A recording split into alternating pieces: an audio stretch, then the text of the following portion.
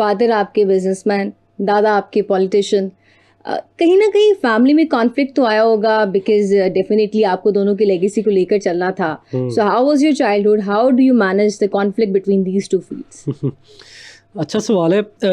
मैं ये देखता हूँ कि मेरे वालिद जो थे primarily he was an educationist.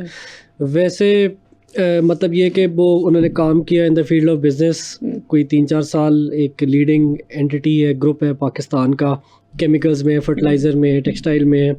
तो वो उधर एक डिवीज़न को हेड कर रहे थे चेयरमैन के साथ. लेकिन ये कि उनकी जो बुनियादी तालीम थी वो इंजीनियरिंग में थी. और मेरे जो दादा थे वो भी इंजीनियर थे. उनकी भी बुनियादी तालीम इंजीनियरिंग में थी. वो सिविल इंजीनियर थे.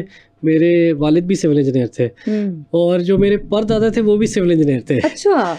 उन्होंने 1908 में सिविल इंजीनियरिंग की. तो वैसे तो समझे अगर आप एजुकेशन वाइज पूछें या फर्स्ट, तो उनका प्रोफेशन वो सिविल इंजीनियरिंग थी. लेकिन ये कि वालिद जो है उन्होंने देखा कि पाकिस्तान के अंदर जो है वो ऑब्वियसली यूथ को ट्रेन करना बहुत ज़रूरी है, एजुकेट करना बहुत ज़रूरी है. मेजॉरिटी पॉपुलेशन हमारी यूथ की है. तो वो फिर बिज़नेस की फील्ड से निकल के आगे एजुकेशन में.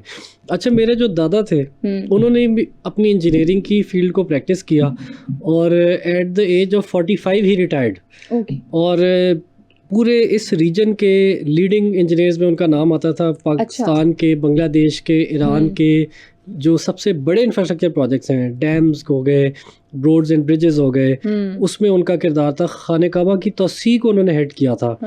लेकिन 45 की एज में वो भी जो है एजुकेशन और ट्रेनिंग की तरफ आ गए कि उन्होंने कहा कि हमें अपनी यूथ को बिल्ड करना है. तो ये कि मैं तो ये समझता हूँ कि मैं उसी लाइन को कंटिन्यू कर रहा हूँ एक तरीके से. तो आपने सिविल इंजीनियरशिप की जो लेगेसी थी उसको भी कंटिन्यू किया या नहीं? नहीं, मेरा इनिशियल प्लान ये था कि मैं इंजीनियरिंग करूँ. लेकिन क्योंकि मुझे गाड़ियों का शौक था तो मुझे था कि मैं ऑटोमोटिव इंजीनियरिंग करूँ. और मैं इस प्रोफेशन में मैं समझता था कि मैं बहुत आगे जा सकता हूँ. लेकिन मैंने फिर रियलाइज़ ये किया कि इंजीनियर जो है वो मैनेजर्स के अंडर काम कर रहे हैं. तो फिर मैंने सोचा कि क्यों ना मैनेजमेंट पढ़ ली जाए और जो है इंजीनियर से काम लेके कोई काम किया जाए आगे इस फील्ड में.